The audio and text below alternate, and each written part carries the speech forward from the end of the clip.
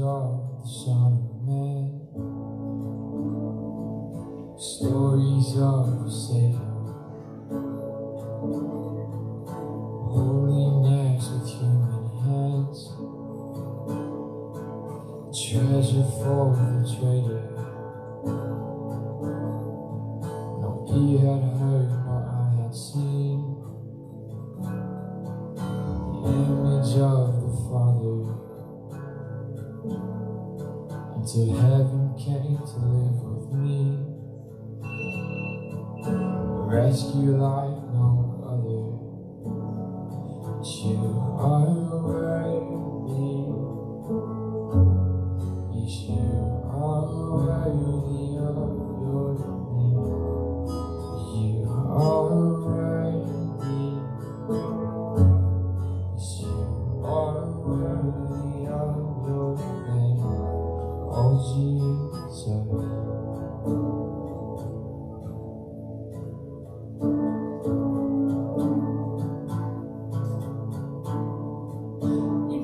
Speak, he made no sound. You died for your accusers, and as your blood fell to the ground, you redefined my future. And on that day that you arose, the darkness ran for cover. King of Kings has claimed his throne, from now until forever. Yes, you are worthy. You are worthy of your name. You are worthy. Yes, you are worthy of your name, oh Jesus.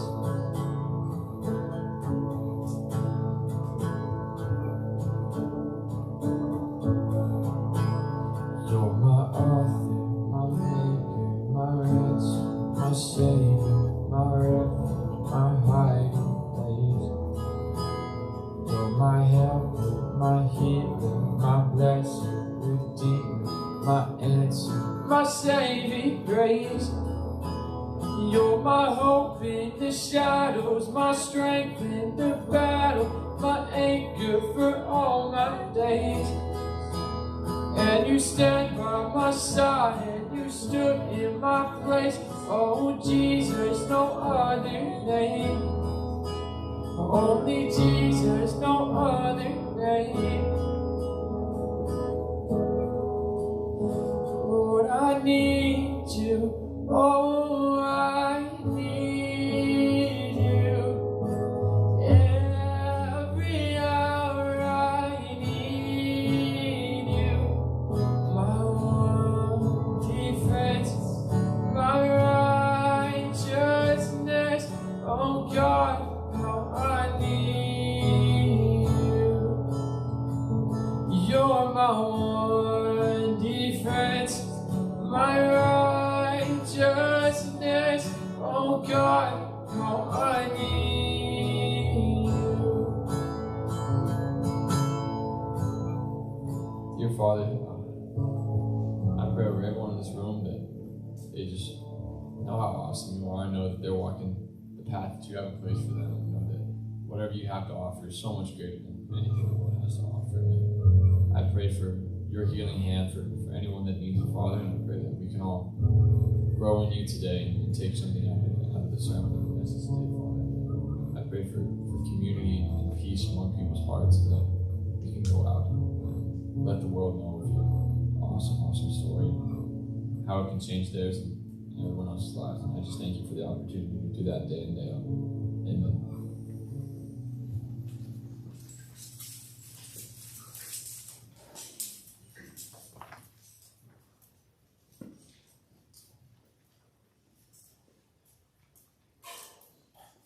Good morning. Sounds like daylight savings time. Good morning. Who was here last time? Raise your hand.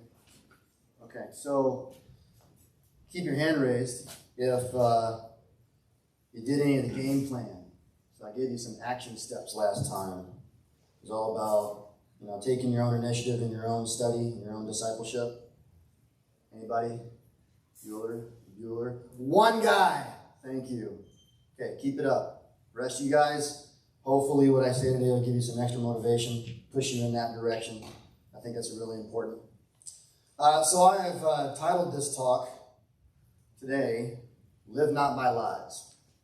Okay, it's actually not a phrase that I came up with. It's got a long historical pedigree. It's actually a book title by that name. A book came out recently, a really good book. So I'm going to steal the title because I think it applies to what I have to say to you today. And my text for today, you guys don't need to turn there. I'll just read it to you.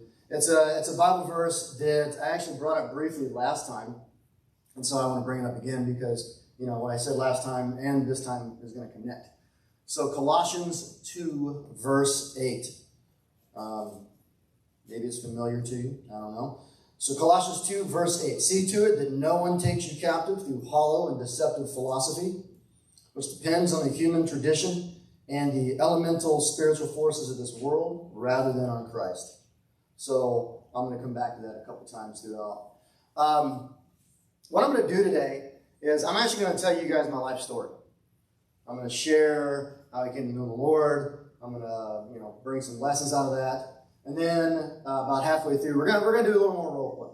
You guys want that? I think that'll fire things up a little bit. Hopefully get the energy going in this daylight savings room. And then we will land the plane and debrief and bring some lessons from all that kind of tied all together. Sound good? Okay. So, let's start from the beginning here.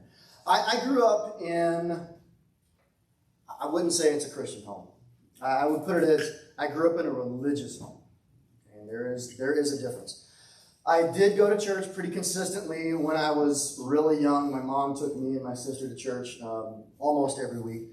But as I got older, sports took over. Your stereotypical kind of middle class American priorities took over, and went less and less as I got into middle school and high school, just because you have a competition Saturday nights and sport, and then you want to sleep in Sunday morning, things like that. That's kind of how I live. If you were to ask me what I believed, what I was taught, pretty simple. I was taught and I believed that God does exist. He wants you to be nice and fair to each other, and that's pretty much the end of it. I believed that the goal in life is to feel good and to be happy, to feel good about yourself. I believe that good people go to heaven when they die, and that was pretty much my spiritual set of beliefs. And how it worked out, I really wasn't taught this, but how it worked out the day-to-day is you bring God out when he's needed in an emergency. He's kind of like a back pocket God. So you kind of just live your life day-to-day, but when you need him in a pinch, like, especially when you got a sports competition coming up and you want to win, a lot of prayer right before that. But then otherwise, you kind of put him back in your pocket, and didn't really come into my day-to-day thought. That was just kind of like my life. And then if he's needed, you break the glass and put him back when you're done needing him. So that was kind of like how I grew up. Now, all that began to change right about when I was your age. So junior year of high school. I started to figure out that my group of friends weren't very good friends to me. Like they were the hard partiers, and if I didn't, kind of toe their line and do what they did, or if I didn't approve of what they did, if I was even remotely uncomfortable with it, they would give me a really hard time. They really weren't there for me if I wasn't doing exactly kind of the things that they were doing. And so that plus a little brush with death kind of shook me up. I'm not going to go into that story, but I did kind of have not a near-death experience, but I came pretty close. All right, and that combined with the friend turmoil just kind of shook me up. And it wasn't a conscious search, but I began to kind of subconsciously, yearn for more. Like, all right, what else is out there? And so I started hanging out with the Fellowship of Christian Athletes. Anybody know that group, know the title? Okay. So there's a FCA chapter on a lot of school campuses. There's actually one on the school campus that I work at. And I started hanging out with them. And it was because they were, they opened their arms to me, and I was looking for friends at that time. And honestly, it was because of a girl, too. There was this really cute girl that was a leader in FCA, and I had a giant crush on her. So to kind of impress her, I started going to meetings. And I got one date with her, right? She wasn't interested after that. But I got Jesus in the end, so I think the trade-off was worth it. She'd probably agree, too. But anyway, that's the first time that I heard the gospel message. Or maybe that's not the first time I heard it, but that was the first time that I paid attention to it, right? I have no idea if I heard it before. I wasn't listening. But I can actually remember where I was. I can remember it was summer between my junior and senior year of high school. I can remember the exact place. I can remember who was giving the message. It's the first time I heard anything about a relationship with Jesus. First time I heard anything about, like, my spiritual resume wasn't good enough, that my works weren't going to cut it. First time I considered that maybe if I died right then and there that I would go to hell. I'd never really considered that. I always thought that was good enough, And so I was like, I probably need to think about this. And so I did. I sat on it for a long time. I sat on it for like 8-9 months. And was kind of chewing on it and dragged my feet. And then right around spring of my senior year of high school, that's kind of when I crossed the line. So I can't remember a time when I officially, before this moment I was not a Christian, and then after that moment I was, praying a prayer, that sort of thing. It wasn't like that. It was a long process. But if I kind of had to pinpoint it, it was right around that time, like tail end of my senior year of high school. Okay. Now, that was high school.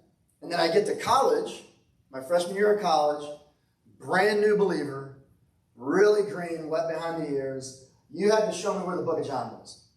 That's how much knowledge I lacked. Okay, so that's me in college. But then there were a few very key turning points when I was in college, right that first year, that made all the difference. So one of those key turning points was I actually literally bumped into, my first week there, bumped into two upper class Christians. They were named Johann and, ironically, Darwin. But they got me plugged into a really good church. And they got me plugged into some good parachurch ministries there, like InterVarsity, Campus Crusade, those kind of groups. And that was my first week there. So if I didn't run into those guys, I don't know if that would have happened. All right? And I'm going to come back to that a little bit later. The second thing, it's kind of an ironic thing. Like, you'd think, like, God used this guy in your life? Well, yes. My roommate, my freshman year of college, was a 300-pound gay man named Rocky. So I shared that at Cottonwood Creek last week. I was doing a talk, and one guy in the audience was like, man, that sounds like a lot. It's like, that was a lot. But Rocky was a good guy. We got along. We were good friends. But the thing is, he was an agnostic. He was very smart. And we have these conversations about religion and spirituality. And he would ask me questions I didn't know how to answer. He would poke holes and bring challenges to my belief system that I didn't know how to handle. And it got to the point where it was kind of like, it came to a head. Where I was like, all right, I've got to find answers to what this guy says, or I'm out of here. Not out of here in the sense like I'm moving out of the dorm, but I'm out of Christianity. I didn't want to believe a placebo, or it was something that was just, that was helping me live my life, but it wasn't really connecting to reality or true reality or anything like that. I didn't want that. All right, so it's like, I got to find answers to this guy's questions. So fortunately, by that time, I was being mentored by some older male believers who took my questions seriously. They didn't say just have faith. They didn't, throw some Bible verses at me and tell me just to believe the word. They actually helped me out and pointed me in the right direction, giving me some good answers to my questions. Okay, so, but Rocky was used by God to push me in that direction. I don't know if I would have done that otherwise. And then the third turning point was kind of a related thing, kind of happened around the same time. I actually went to a debate on God's existence right around October, early November. And going into it, I was really nervous. So, I had this stereotype. It's like, the atheists, they're the science people, they're the people of facts. And Christians, we're just about faith. And so how's this going to work out? Is this Christian guy going to get his clock cleaned by this atheist? That's kind of how I thought it was going to happen. I was really nervous about it. But I went to the debate, and it was actually quite the opposite. There's this world-renowned atheist physicist in this debate, and he really didn't have much of an answer for what this Christian guy was saying. Like, the Christian guy had arguments and good evidence and good science and stuff. And so I came away from that debate. It's like, all right, let's go. maybe there's something to this. Maybe Christianity can stand toe-to-toe with other ideologies and come out ahead. And like, it wasn't like the decisive thing, but it gave me a good shot in the arm, and it gave me some courage to think like, all right, maybe I can make it. Maybe I can make it. So after that, just kind of took off. There were a lot of other key turning points, but those were 3 in my first couple months of college that made a big difference. Okay, so let me bring some takeaways here, some lessons for you guys. All right, I could have easily gone the other way. I could have easily been a statistic. I think last time I mentioned the stats are that 60 to 80% of young Christian students, depending on the survey, within a year or two of going to college, they walk away. So do the math here. All right, now that could have been me. I could have been one of those numbers. But quite the opposite happened.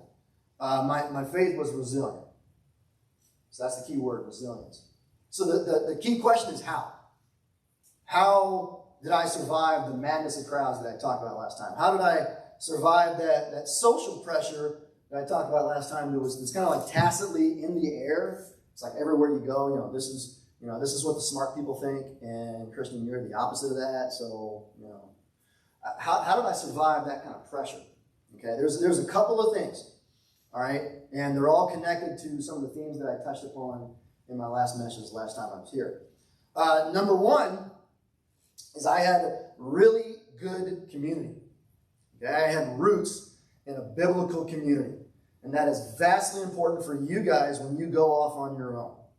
Okay, the Bible knows nothing of Lone Ranger Christianity. If you just kind of try to float along business as usual when you get to college, you're going to be a goner within a couple of months.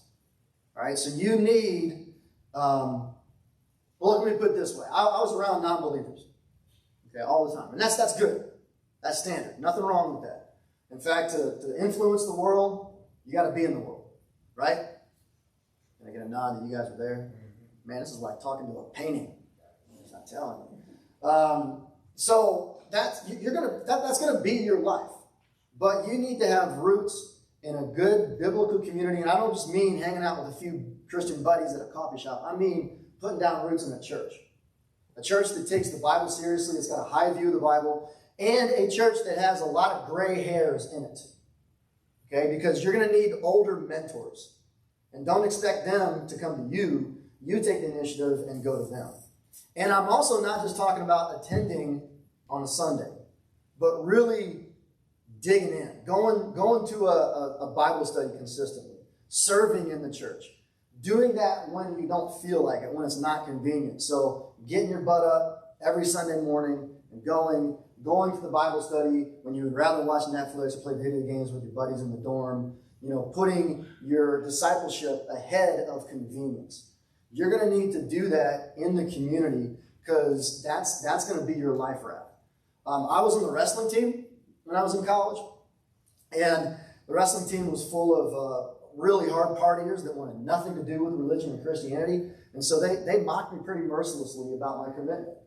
And so that biblical, having that good band of brothers was something that I could lean on when that mocking got to me. And it's a good resource for when I was getting those challenges in my classes, when I was trying to deal with the doubt that comes with transition. You guys are going to be on your own. And that's going to kind of throw you for a loop in your head for a lot of you. And so, again, if you're just kind of out on your own and you're trying to foot it without having that biblical community, that's going to be tough. That's going to be a hard road to hoe. And you're not going to be able to do that. Okay, so that's the first thing. Secondly is prioritizing a life of the mind. Okay, this was the main point of last time. I did study in my classes. I did all the reading in my class. Well, I didn't say all the reading. A little reading in my classes. But you have to study outside of that too. Okay? I know the stereotype of apologetics is that it's just for the eggheads. That's just for the guys that are really good at it or are gifted at it. But really, it's for everybody. Because at least for me, and probably for you when you get to college or when you get to the adult world, that's going to be a life raft. I had to cling to that to survive, because that's where I found the answers to the things that I was getting thrown at every single day. So the life of the mind and the study that I'm talking about, it's part and parcel. It's a necessary part of your discipleship. It's not just for, the few nerds that want to get into that. All right, so I'm trying to get you to ditch that stereotype. And then number 3, habit. Realize this isn't a fly-by-night thing. This isn't something where you go to a Christian camp, as wonderful as those are, you have a high mountain experience, you feel energized, and you come home, and what happens 2 weeks later is you're kind of back to status quo, right? This is just a very quiet, very consistent habit over time. That's how you build your mind. You don't build it in a flash in the pan. So if you remember the game plan that I was talking about a couple weeks ago, you don't have to go and get a PhD. So I don't want you to feel overwhelmed by this. Just a little bit every day, if you do it consistently, it makes a huge difference. So, find those little parts of your day where you can use that time a little more wisely and use that for study. So rather than watching Netflix at night when you go to bed, take that half an hour instead of watching that show, read a book. When you drive, who drives to school here? Anybody? Okay, a couple people. When you drive to school, you drive to work, use that time instead of listening to music, pop in an audiobook. Okay? 20, 30 minutes a day, you do that every day over a couple years, that's going to make a huge difference in your courage and your confidence. That's going to be the fruit of it. The fruit of it's going to be resilience. The fruit of it's going to be courage. The fruit of it's going to be confidence. When you get into conversations with people, you're not going to be so tongue-tied. You're going to know how to handle those conversations. Okay, you're not going to be so agitated and nervous because, the more you sweat in training, the less you bleed in battle. I don't want to make conversations out to be a battle, but you get the metaphor right. Okay, the more that you train, the easier the life is going to be. Okay, and then lastly is I was pushed to own my faith, and I know this is something that Nathan talks about a lot. Okay, I couldn't live a vicarious faith through my parents or through my youth pastor. I had to take initiative myself. Now I'm not saying that you got to do all this yourself. You got to bear your burdens yourself. Remember, I talked about community. So, pastors, mentors, all other believers, you do it together, right? And we all have a helping hand. But all I'm saying is that, you got to be the one to take initiative. You got to be active. Okay, you can't simply say, well, my parents are Christians. It's how I've been raised, and so that's kind of where I'm going to leave it. Everybody around me is a Christian. You got to put more sweat equity into it. Okay, that's how growth and discipleship works. Making sense? I'm speaking English to you guys? Okay. All right. What I'm going to do right now is shake things up a little bit. Last time I did a longer role play, about 25 minutes. Today, we're just going to do 10 minutes. Maybe less than that. All right, so I'm going to put these glasses on. I'm going to go into role play mode. And this time, don't assume that I'm an atheist. Because I might not be. I might actually be somebody in the crowd here. I might be somebody that believes in God. All right, so I'm going to start things off, and you guys fire back at me as best you can. And the topic today in this role play is going to be a little spicy, so I don't know how you're going to handle it. We'll see. You guys ready? Okay, here we go. All right, so I had this conversation with my students the other day, and I want to share it with you, and I want to get your thoughts on it. Okay?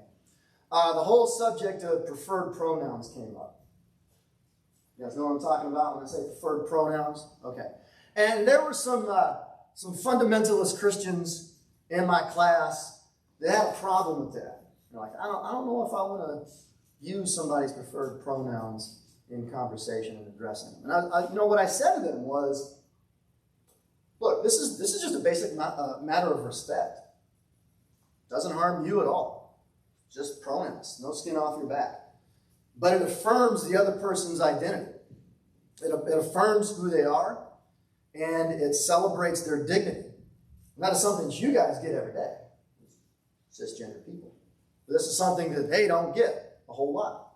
So it's really nice when somebody else, especially somebody that comes from your church background, can just acknowledge that basic humanity and allow them to be themselves and be who they are in your presence. And so that's what I shared with the students who were pushing back. And that's what I want to share with you guys. So, what do you think? What say you?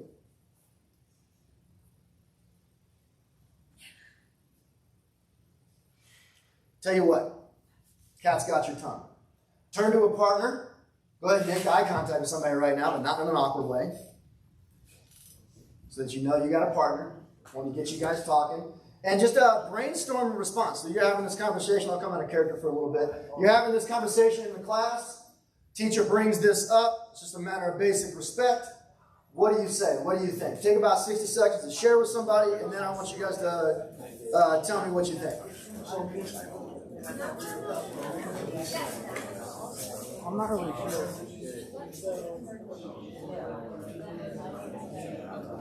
I don't know. I mean, the idea of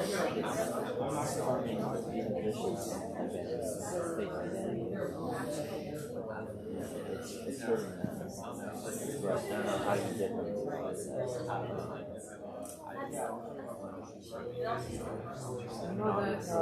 Obviously in the garden Okay, let's come back. You guys gave me that deer in headlights look. You had no clue that I was going to run with that this morning, did you? So you're like caught a little by surprise. But you've had a little bit of time to talk about it with a partner. So let's get a hand or two, brave person to get a response here. Go ahead, Mr. Lumberjack. I don't want to conform with the world. I respect who you are, but I do not agree with it. So I'll maybe call you by your name, but I'm not going to say your preferred pronouns because I don't agree with it. So, what does it harm you, though? I mean, I know you say you don't agree with it. If you have personal hang-ups about it, that's fine, but why would you foist that on the other person and, force them to live as somebody that they're not? I guess it's not just a difference of opinion. We're not talking about LeBron or Kobe, who's the king. We're talking about their fundamental identity. Next question. So, No, I mean, I'm going to get your response. I have a response. If you want to think about it, that's fine. Okay, go ahead. So, when someone has some preferred pronouns that are in contradictory to what they are, like, say, I'm having a conversation with someone who I would presume to be, let's say, male, but they prefer to be identified as female. If I being,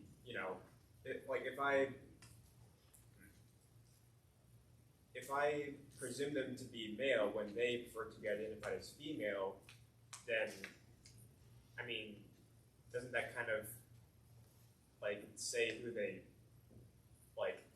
are, rather than who they prefer to be? Well, we're not just talking about preferences here. Okay, this is something that they've lived with for a long time. And so if you're going to, what you're doing is called misgendering. Okay, you are addressing them as a gender that they are not. And when you do that, what you're saying to them is, I know who you are better than you do. And no, I don't treat you that way. And so why would they don't treat you that way. Why would you treat them that way? It's just it all comes back to respect. It's kind of, you're acknowledging somebody's basic humanity and giving them something that you are privileged to have every single day. Think about it. Okay. We have a hand over here. Then I think we have a hand over here. A couple guys. All right, go ahead. Okay. I think, it's technically more respectful to, say someone's pronouns. It's the easier way to do it. This issue goes a lot bigger, I think, than just someone's respect. It's when you deny your basic biology, you also deny sex-based rights when it comes to women and men. So if a man can just say that they become a woman, then that really gets rid of what it means to be a woman. And being a woman isn't based on stereotypes, or being a man isn't based on stereotypes, based on your biological sex. And so if you just let people live in this illusion that you can just become a woman if they're a man, it disintegrates actual women's identity and what it means to be a woman, I think. Or same with men. I mean, I focus on women because Right. Well, a couple of things here. I think you're making it more complicated than it is. I think this is a little bit more simple thing. First, basic definitions. All right, you're talking biology. I'm not talking biology. I'm talking gender. And you know because you've had these conversations in school. There's a difference. Okay.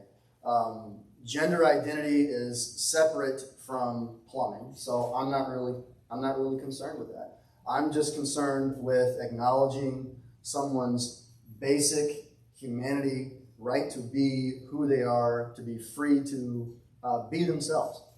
And that doesn't erase women.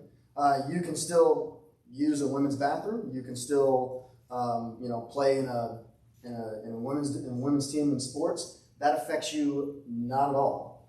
But it does affect them, because not giving them this courtesy is forcing them to live a lie, in fact. well, one, that's not technically true, because if you allow people who identify as a woman to play in women's sports or to be in women's bathrooms, then that causes an issue for women itself, because they're technically biologically stronger as a woman or as a man pretending to be a woman, and then also men tend to commit more violence technically than women, so you're allowing men to go into the women's restroom. You can't pretend to be a woman and still biologically be a man. That's quite a stereotype.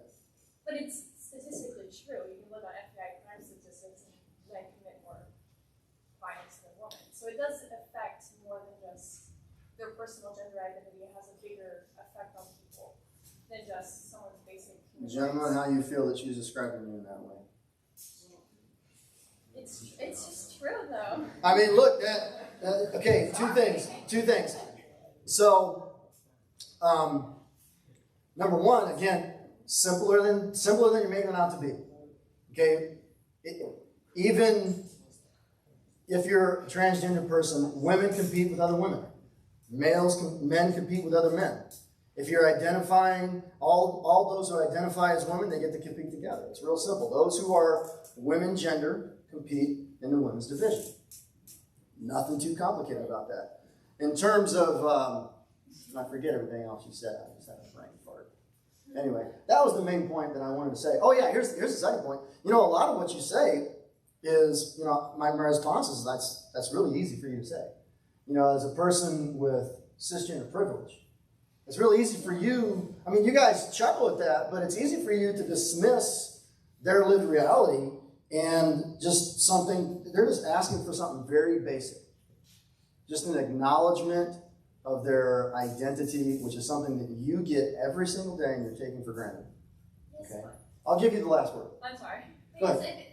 playing into that delusion affects a lot more than just their personal preferences. I mean, just even with legislation in general, like Biden, he put in like a, an executive order to identify people based on their gender identity rather than their actual sex. And now men can play in women's sports or women can play in men's sports. And has a bigger effect than just their personal pronouns.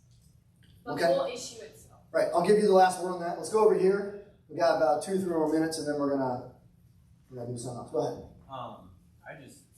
In my personal opinion, I believe that when you use somebody's, just technically speaking, against my views as a gender identity thing, I believe that a male should be a male and a woman should be a woman. And so when I say that, let's say that there's a biological man talking to me and he prefers to be called a woman.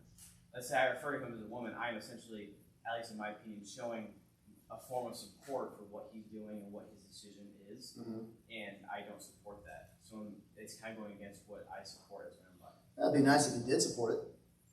People support you in your gender identity every day.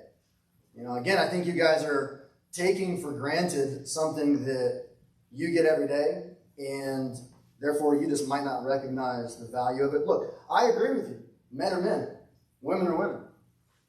I completely agree. Just acknowledge that when, a transgender person is addressing you. Real simple. Okay, real simple. It's just basic respect. You gotta let them be themselves. Man, you gotta let them be themselves. They don't. What's your name? Sorry. Camden. Camden. That's your name. They don't dead name you. Why would you do that to them? Because that's my actual name. Yeah. Yeah. And same goes for them. Right? Don't dead name somebody. Real simple. All right, let's get one or two more. Go ahead. A couple pieces of clarification to Dan's question. Are you also referring to stuff outside of he and she, like they, zer, stuff like that? Sure, let's go there. Okay. Yeah. And why don't women try out for the NBA? Why don't women try out in the NBA? Because they can't make it. Mm-hmm. They can Okay. compete. But a man can compete in a woman's sport because he can outclass him. Sure. So, Okay. You had a question? Yeah, so first of all, I'd like to address that. Right now, you're attacking the point of traditional perspective. So we are basically in what society was accepting, especially just like nearly like 5 or 10 years ago. So right now, you basically have the burden of proof. So you will need to prove your side in this because this right here, what we are believing is basically the norm. So you'll have to come up with a point to prove that part. So that being said, I think I have a few follow-up questions, but what would you define truth as? Why does that matter? We're talking about like basic respect. It seems like a huge rabbit trail to me. So why I mean, truth is simple. That which corresponds to reality. Okay, good. okay, Here we so go. that which corresponds to reality. So taking gender, we're talking about DNA and RNA. So why can you just say suddenly that you completely contradict what your DNA says? Like a lot of transgender people generally have all their appendages and their cells, at least the ones that haven't been inserted externally, still contain biological DNA that says something different about their gender than what they're saying. Okay. About themselves. I gotta cut you off here because we're running short on time. But just a quick answer to that is, look, again, it kind of goes back to what my answer to her. We're not talking biology here. Sex and gender are two completely different things. Sex, biology, gender, someone's perception of who they are.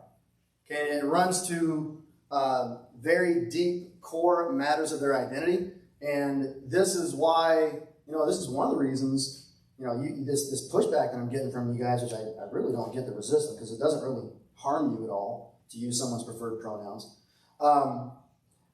This is one of the reasons why the suicide rate is so high in that community. I mean, there's a lot of reasons why. This is one. It's because they just get this kind of pressure from outward society all the time. And they are not free to live who they are. Again, come back to the theme, basic thing of identity. All right, coming out of character. That got a little response out of you. My testimony, you guys are like this kind of dead. That got you awake a little bit. All right, so what I want to do here is, for the rest of the time, there's two different things going on here. Number one is how to handle this in conversation. Okay, number two is ideologically unpacking the ideas that kind of came up in that role play. All right, I'm going to address the second, and I'm going to leave the first B because that's a whole nother thing. How to have a conversation with somebody like this and it not get, and have it be a productive conversation. That is, me and Nathan were talking about it beforehand. That is an art. That is a skill that is built over time. That is not just a whole nother sermon, but that is a whole nother teaching series to help you guys have better conversations with people like that. Okay, so I'm going to leave that be, and I'm going to talk about how to work this out in your own head. Okay, I'm actually not going to talk about the whole transgender thing. I'm not really even going to deal with gender. I'm going to go more fundamental than that because what animates that whole conversation, what generates those preferred pronouns ideas, transgender and sports, all that stuff, is something way, way, way farther downstream. It's actually a set of ideas that you guys have probably bought into. All right, a lot of you probably have adopted these ideas that I'm about to unpack in some way, shape, or fashion because you live in American culture. Okay, so I'm going to go to the fundamentals We're going to unpack that, and then we're going to be done. Make sense? Okay. So where does all this come from? And how does it relate to my testimony? I think that's a good question that I'm going to answer at the end. What we fail to see a lot of times is these conversations, it's not just a matter of like loosening morality or a matter of inclusion or the LGBTQIA rainbow. It actually has to do with how we view the self and how we view identity. Okay? And these set of ideas, they have, different authors have called them different names. Like one guy calls it expressive individualism. It doesn't really matter what you call it. What matters is the ideas themselves. Okay, so here are some pretty fundamental ideas that our culture, it's really, really popular in our culture, and you guys have probably bought into. How do we see the self? How do we see identity? Well, I am my own. I am the authority on me. Period. Full stop. You guys are the authority on yourselves. Nobody tells you who you are but you. That's kind of the way that our culture thinks about it. Okay? It's the you do you mentality. Don't let anybody tell you you can do something or can't do something. Don't let anybody tell you who you are. When it comes to figuring out your identity, you look to one place. Where is that? Yeah, you look inward and you consult your own desires, and then that is the compass for your identity. You don't look up. You don't look outward to the community. You just look within. Okay? The you do you attitude. Here's how one author puts it. I am a commodity wholly owned and operated by myself in service to my own interests as defined by me. Personal happiness and freedom is the goal of life. Therefore, society is good only in terms of whether it helps or hinders achieve my personal happiness and whether it helps or hinders me be an autonomous person. Autonomous means independent and free. Okay? So this is the Disney worldview. This is one of the reasons why I say you guys have bought into this. Think about almost every Disney movie that you've seen. This is the theme, where it features some beleaguered and put upon individual whose desires and feelings or what they want somehow is out of step with their family, or it's out of step with their larger society or their town. And so the whole movie is their journey of liberation, of escaping from those judgmental categories and being able to express who they are. Okay, that's another key part of this worldview, is you look inside, you find your identity and your meaning by looking within, and then being real, being authentic, means publicly expressing that. Okay, and so Disney movies, that's the theme. All right, and also it's about the society's gradual journey of realizing, like, hey, we've got this unique individual here, we need to let them express who they are, rather than putting them in a box, that sort of thing. So just a few movies where this applies to. Mulan, Little Mermaid, Addams Family, Zootopia, Brave, The Incredibles, Ratatouille, Frozen. Any of those you guys' favorite movies, or at least that was one of your favorite movies as a kid? Yeah, I know for my kids, right? Not to be cheesy about it, but this is even the theme of, Amazon's latest movie, Coming to America, right? It's a comedy, it's kind of funny, but you think about it, that's the movie, right? The king used to be this unique individual, but lately he's kind of gotten stuck in a rut because he's trying to defend tradition. Tradition in that movie is the bad guy. That's what he's trying to escape from. And then the prince, that's what he's trying to escape from too. He's like, I don't know if this royalty thing is for me because it's not who I am. Right? That's the whole movie. Okay, so we watch movies like this, and there's room for a little bit of that in our culture, but this is like a constant drumbeat of the movies that we watch, and so we just kind of take it all in. Right? Raise your hand if you recognize this sort of attitude, this sort of thing in the movies that you watch. Right? It's all over the place. Okay? It's in your classes. It's on social media. Okay? Here, let me just read one stanza from the Disney movie Frozen. Okay? This is Let It Go. You guys can laugh at me, but it's time to see what I can do to test the limits and break through. No right, no wrong, no rules for me. I'm free. Right? You realize that, like, you listen to those lyrics, you're like, whoa, I didn't know that. Am I running over time? Oh, no, you're good. Good? Okay. All right. So that's one idea in our culture that generates that whole preferred pronouns discussion that we had. Then you've got to add the sexuality part of it. Okay? And it all comes down to Freud. I know, stereotypical again. But before Freud, our culture thought of sexuality as like a behavior thing. You know, there's certain desires that I have that direct me to certain sort of behaviors, and that's kind of how we thought of it. Now, after Freud, totally different. Now, those aren't just desires. Those are a core part of who I am. Now it's part of my identity. So your sexual desires and your feelings become like definitive of who you are.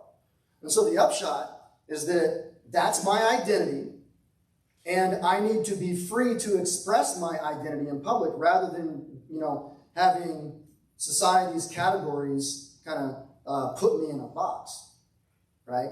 And anything that puts me in that box, that keeps me from expressing my identity, and again, my sexual desires are a core part of that, anything that keeps me from that, I need to escape from. I need liberation from.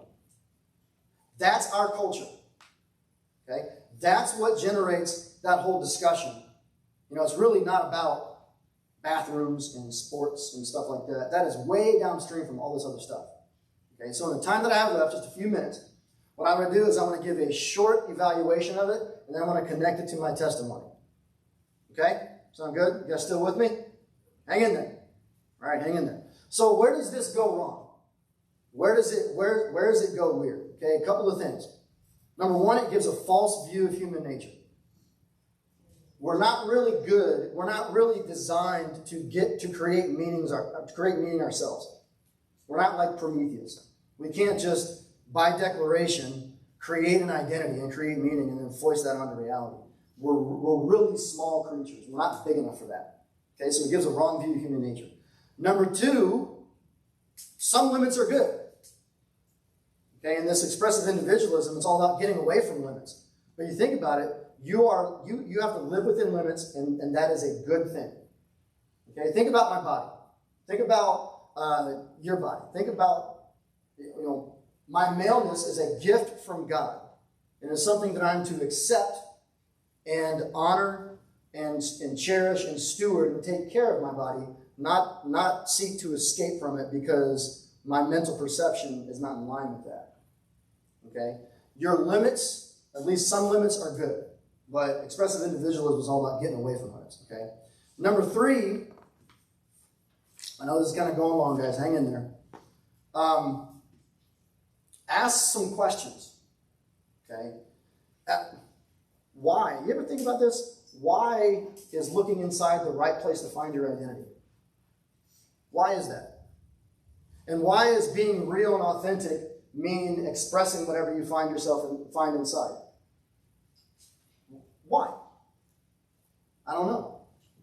Okay? Why is that view of authenticity, looking inside and expressing it, why is that better than Jesus' view of authenticity? Dying to self, taking up your cross and following him.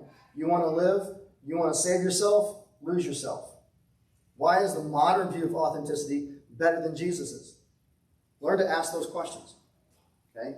Number four, you think about it, it's just plain weird. We know that not all identities are worth having. We know that not all identities are worth expressing. My students say sometimes, you got to be who you are. You do you. And I said, well, yeah, what if you're a jerk? Okay? We realize that some loves aren't worth loving. Some desires aren't worth having. And you don't figure that out by looking inside. You figure that out by looking to a transcendent, an outside source. That's how you figure that out. Okay? So, one author puts it this way. Telling those who aren't virtuous to look inside is like telling them to find a way out of a wilderness using a compass that always points it down. A compass works because it points to something fixed and unchanging, by which we can orient ourselves and find our way. In the same way, unless there is a fixed moral reference point outside of ourselves by which we can make decisions, we'll always be lost. We've told a whole generation to go find themselves. What if they find themselves when they do, they find that they're jerks? Okay, so you can't figure out that whole question by looking within. That's the wrong place to look. All right, you got to look up first. And then lastly, what about the whole sexuality part of it? Okay, so sex does matter.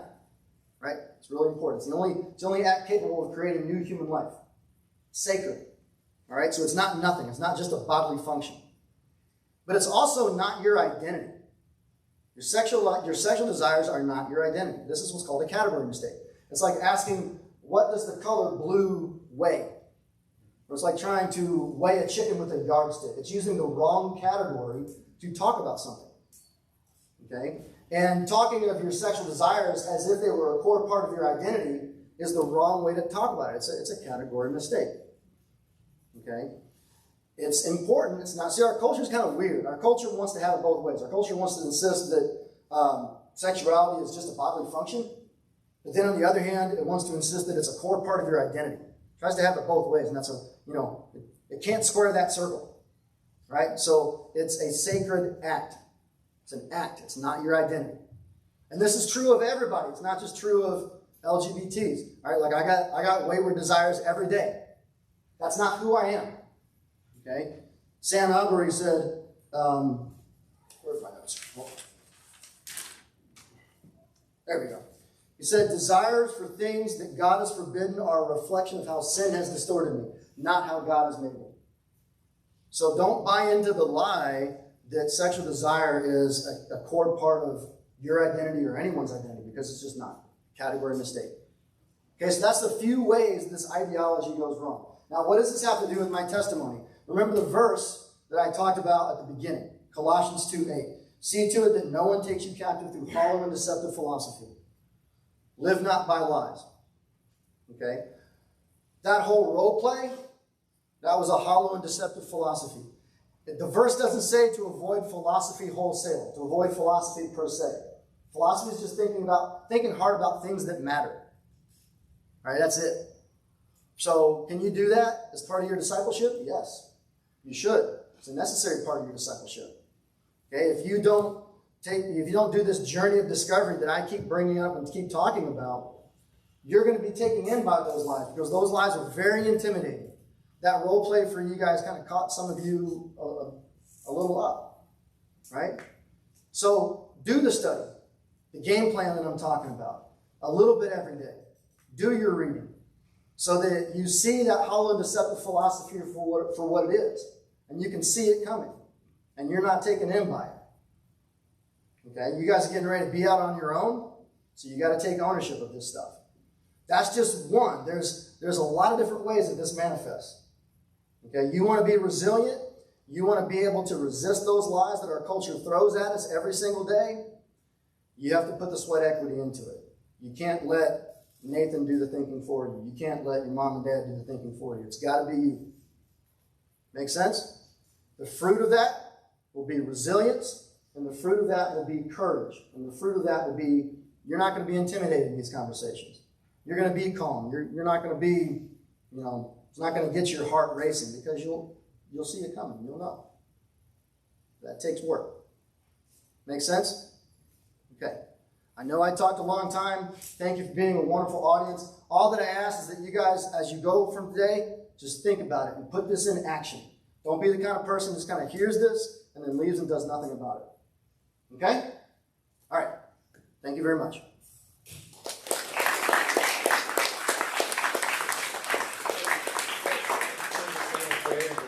Absolutely. Let me pray for us. Father, you command us to honor you and love you above all else with our heart, our soul, and our minds, with our whole being. Help us to be disciples in that vein, in that manner. Help us to honor you with everything that we have, with our time, with our resources, and with our thinking. As we go from here, whatever questions that we have, put people and resources in our path that we can use to answer those questions, to form our minds, to become better disciples, and in the end, to reflect you better and more accurately and more strongly to a dying and hurting world.